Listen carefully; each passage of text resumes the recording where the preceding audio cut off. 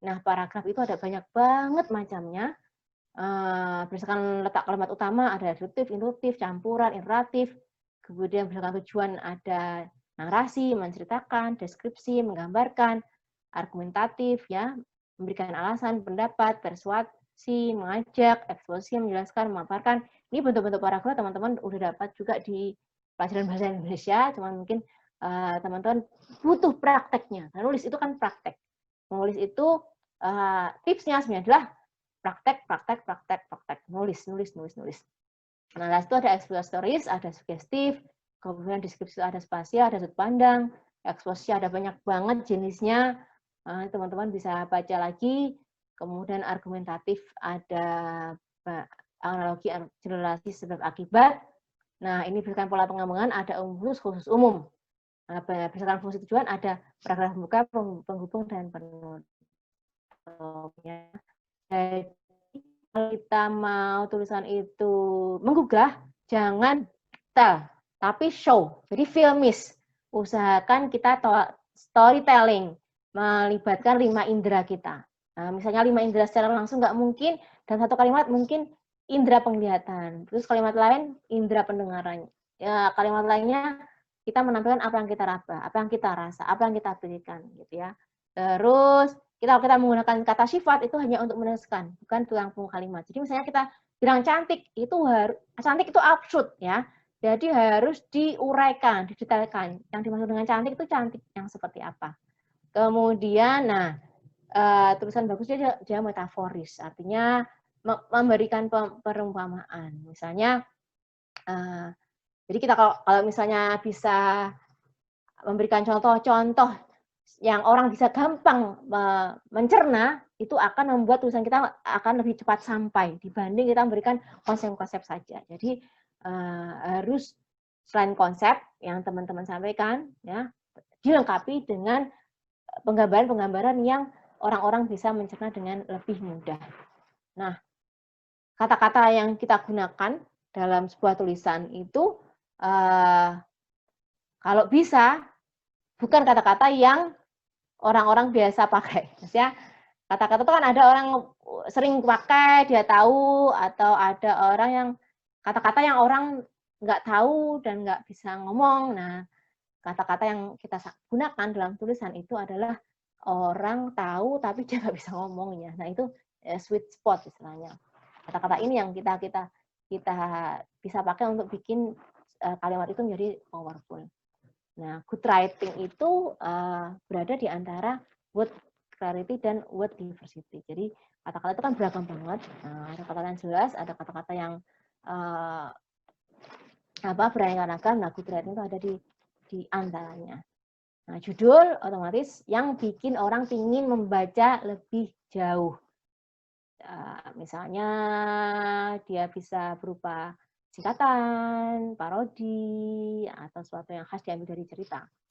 Nah, lead kalau kita nulis untuk artikel, opini, atau bahkan postingan di blog, ya, bisa berupa ringkasan, bisa berupa cerita, deskripsi, kutipan, quote, pertanyaan, terus mungkin gabungan di antaranya. Lead ini penting banget, jadi kita mesti banyak latihan bikin lead yang bagus. Nah, kalau cerita di bentuk tulisan cerita, tulisannya berupa cerita, itu kita yang mesti checklist antara lain plausibilitas, yaitu sesuatu yang dapat dipercaya selain logika dalam cerita. Jadi misalnya sesurreal apapun cerita kita harus tetap bisa dinalar, ya. Kemudian ada suspense-nya. Ini baik di fiksi maupun fiksi sebenarnya suspense ini penting karena bisa bikin betah pembaca untuk meneruskan bacaannya. Kemudian dia ada surprise. Jadi ada hal yang tak terduga di luar perkiraan. Jadi kalau misalnya tulisan kok gampang diterba, ya itu basi, ya. Terus ada unity, ada kesatuan dari judulnya, dari isinya, dari plot sampai endingnya. Kemudian ending itu bisa terbuka atau tutup. Bisa cuman mancing pertanyaan sehingga si pembacanya punya kesimpulan sendiri gitu, atau kita justru punya rekomendasi yang khusus yang kita tekankan di belakang ending. Itu tergantung tujuan tulisan kita. Nah, gaya penulisan ini yang jadi PR banget. Jadi sering kadang kita dapat penolakan dari penerbit, itu gaya penulisannya kurang menantang gitu, atau misalnya kok gayanya masih kayak yang kemarin gitu. Jadi emang kalau kita nulis itu emang mesti naik ya, ada kayak peningkatan dari waktu ke waktu.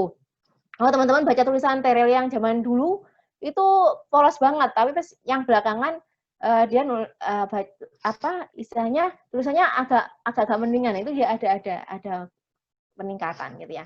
Nah, writing style gaya itu apakah kita sarkas atau kita mengemaskan atau lucu atau gelap atau apa, gaya itu kita mungkin bisa sadur dari penulis-penulis yang kita sukai, yang kita kagumi. Nah, tetapi dalam perjalanannya kita nanti ramu dengan gaya kita sendiri. Ini butuh jam terbang tinggi. Jadi dan dari waktu ke waktu, timeline, otomatis kalau kita semakin sering berlatih, semakin sering mengasah, gaya penulisan kita akan semakin khas sehingga orang baca nggak tahu nama penulisnya, dia langsung tahu, oh ini tulisannya Ika Kurniawan nih, oh ini tulisannya Mbak Devi Lestari nih, oh ini tulisannya Ika Natasha gitu ya, karena dia punya gaya yang khas. Kita harus cari writing style kita. Nah, otak itu dia punya mesin bahasa ya, istilahnya ya. Nah, supaya kita bisa bikin dia tetap bekerja, untuk kita bisa menulis lancar, caranya banyak baca. Terus mengenali puisi, kemudian rajin praktek menulis, terus beranikan diri untuk mengirim ke media supaya kita dapat feedback. Jadi kalau kita kirim ke media terus dapat penolakan, minta aja feedback masukannya. Jadi gimana kekurangan tulisan kita untuk kedepannya kita bisa memperbaiki. Nah, kalau buku dan story yang bagus itu dia biasanya punya nilai mengentertain, menghibur yang tinggi, punya originalitas atau keaslian, kemudian dia visual, artinya filmis. Tadi itu melibatkan 5 sensori, kemudian dia fokus, clear emosional, artinya buku ini tuh misalnya, oh dia mau bikin orang bangkit dari keterpurukan. Nah, itu terbaca dalam buku itu karena dia fokus clear emosional. Kemudian ada elemen-elemen yang unik di dalam buku itu yang mungkin orang ketika menemukan pertama kali merasa terkesan sehingga ketika dia menutup bukunya dia masih akan ingat. Kemudian buku yang bagus jika dia punya market yang luas. Artinya dia relate dengan kebutuhan orang-orang. Nah, untuk checklistnya, isinya itu mesti tingkat kesulitannya, kemudian dia bagaimana bisa menambah wawasan dan pengetahuan serta intelektual pembaca, kemudian dia kedalamannya itu punya sensori, punya dimensi, terus dia dalam balance-nya itu dia ada naik turun, jadi kalimat itu nggak panjang-panjang semua atau pendek-pendek semua, tapi dia ada panjang-pendek, panjang-pendek. Terus kalau kita bikin cerita itu ada yang bagian tegangnya, ada bagian kendonya gitu ya, jadi pacing namanya.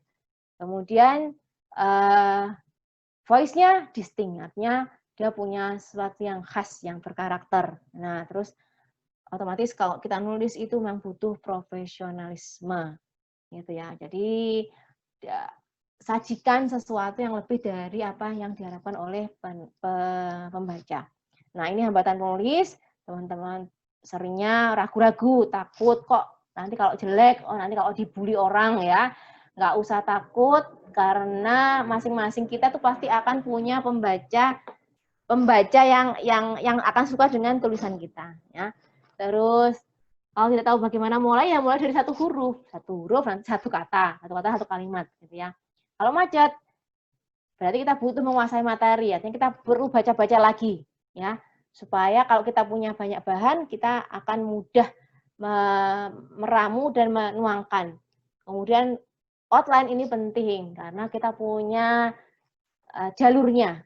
Kemudian kalau kita klise, berarti kita harus punya mindset out of the box. Kalau malas, nah ini harus ingat motivasi awalnya. Kita nulis itu untuk apa, ya kan?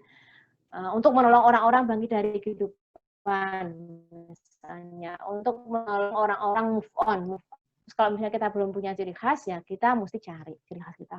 Nah, ini cara kalau misalnya teman-teman nggak pengen writing mana ya, terus tulis apa yang melintas, karena kalau misalnya kita nggak tulis, dia akan langsung bablas ya. Nah, berbagai ide yang masuk itu kita bisa kombinasikan, nanti kita bisa ramu untuk kita dapat suatu ide yang mendukung ide utama kita. Jadi